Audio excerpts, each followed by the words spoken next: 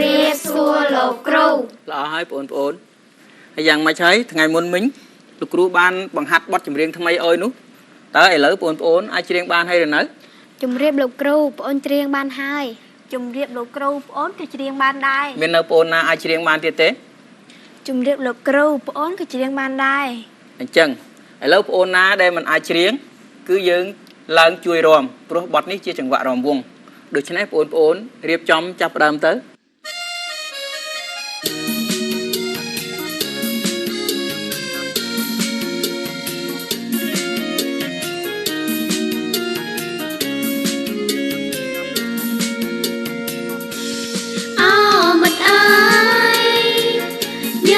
chúc khi thiệt hai cho mong rung phơi cho rung phơi khai dương chuông kia bằng về nắng ca dương chuột chung sắp bay ông cha nắng mây sắc xa krum krum kia nhỏ những ram pray nắng mây sắc xa krum krum kia nhỏ những ram pray năm riêng thay vay vay sức mây đèn ống mất những mơ trong khao ảo khao bó trong đèn spike chờ lô cru nẹn cru có mình không ai đi mất nhớ mơ đất o lang liêng pen xăm sát đèn ống mơ đất o lang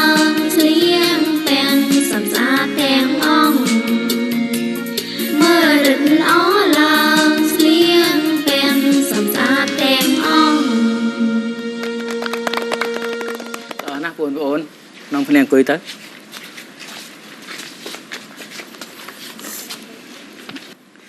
ยืงใบมอกำวิธีนิเตียในเรื่องดองวิ่งโดยเฉพาะลูกรู้หนึ่งเลิกยกในเรื่องโบราณมวยมอกนิเตียนอ้อยปนสลับเรื่องเมียนจำนองเจิงท้าเนียงปื้อนึ่งต่องแกบหรือกรอบคลีเมีย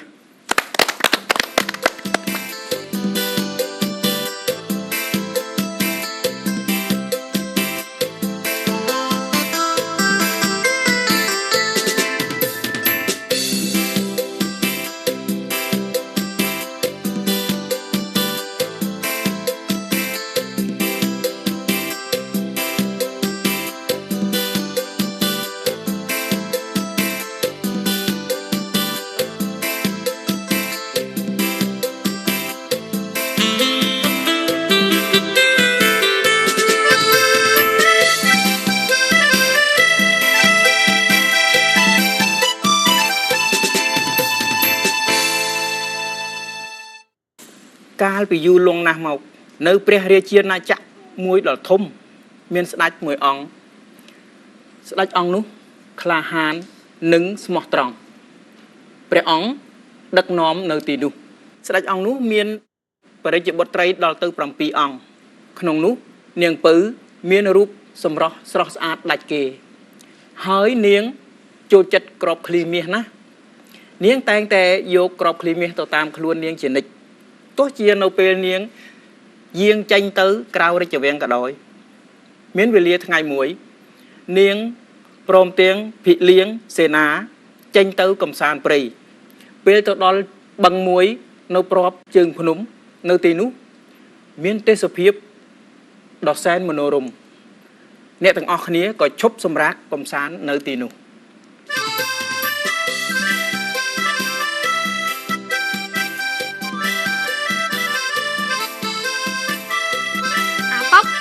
rồi luôn mình tích mà ban tết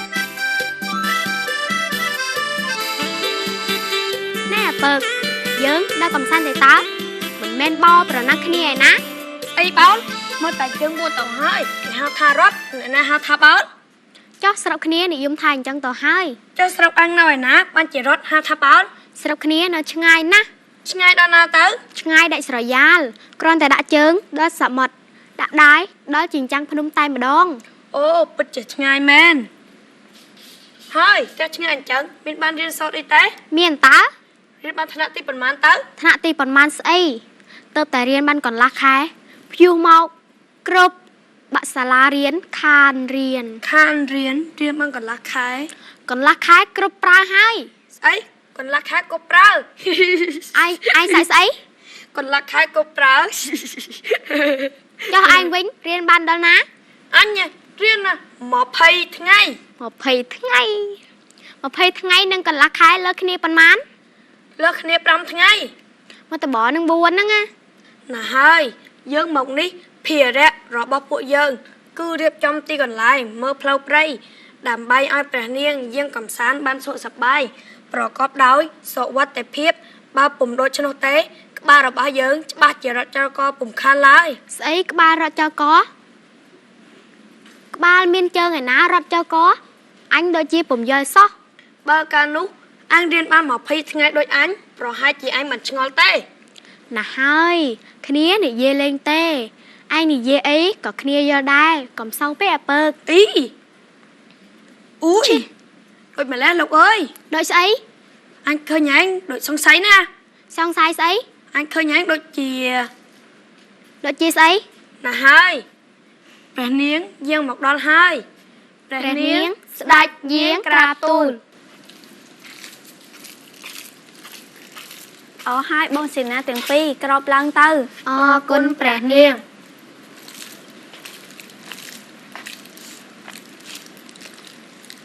បងភិលៀងនិងបងសេនាទាំងអស់គ្នា ក្រាបទូលព្រះនាង យើងនាំគ្នាឈប់កំសាន្តនៅទីនេះបានហើយព្រោះនៅទីនេះមានទេសភាពស្អាតណាស់ហើយខ្យល់អាកាសក៏ល្អទៀតផងមែនហើយព្រះនាងទេសភាពនៅទីនេះពិតជាស្អាតមែន ទេសភាពដងព្រៃសនរមបងជាប់ជើងភ្នំជាប់ជើងមេទេសភាពដងព្រៃសនរមបងជាប់ជើងភ្នំជាប់ជើងមេទឹកបងខ្លាយំគុណក៏ភ្នែកទេសភាពល្អប្លែកក៏ចិនដា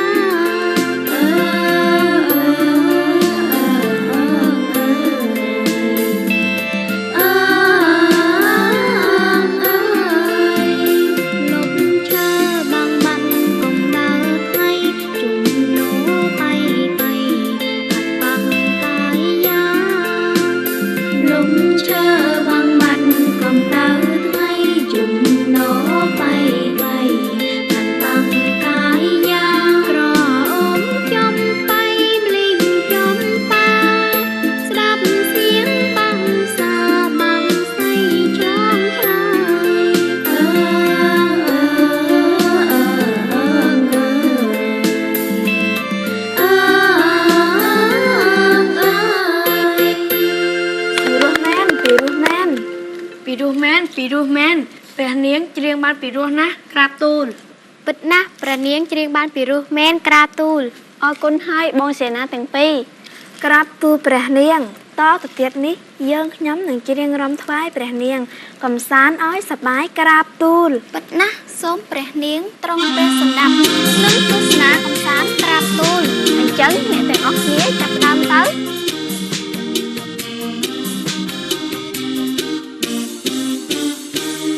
ជុំណោឡើងខ្យល់មកត្រជាក់ក្លិនក្រអូបបងផាជួបរហំលំចង់រែរំចេញកាក្នុងកងគាកយកូនចាប់ចិត្តមេត្រីទឹកថាមើយល់ដីវងត្រីហាញហាយ ខ្យល់បាយខ្យល់បងរហើយសែនរីករាយកន់ឡងស្ដាប់បាំងសាបាំងសៃកិច្ចជ្រាវអើងកងច្រៀងឆ្លើយឆ្លងរុំតងលើមេឃព្រឹកសាសែនសប្បាយអង្គចាទីឋានសំសាន សប្បាយណាស់សប្បាយមែនពិតជាសប្បាយមែន ព្រះនាងសពព្រះរាជហឫទ័យឬទេក្រាបទូលខ្ញុំមិនដឹងត្រូវនិយាយថាយ៉ាងម៉េចទេព្រោះអ្នកទាំងអស់គ្នាធ្វើឲ្យខ្ញុំរំភើបសប្បាយក្រៃពេកណាស់ខ្ញុំពិតជាពេញចិត្តមែនទែនសូមថ្លែងអំណរគុណដល់ព្រះនាងក្រាបទូល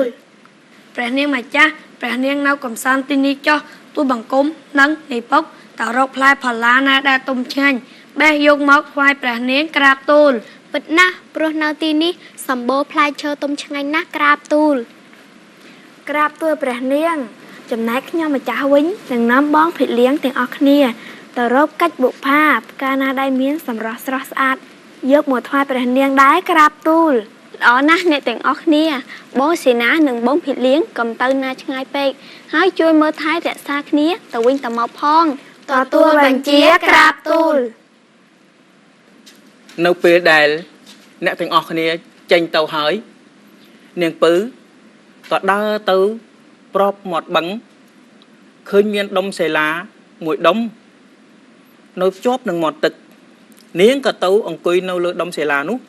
ហើយយកក្របឃ្លីមកបោះចាប់លេងរួចរបូតដៃធ្លាក់ក្របឃ្លីទៅក្នុងទឹកបឹងទៅ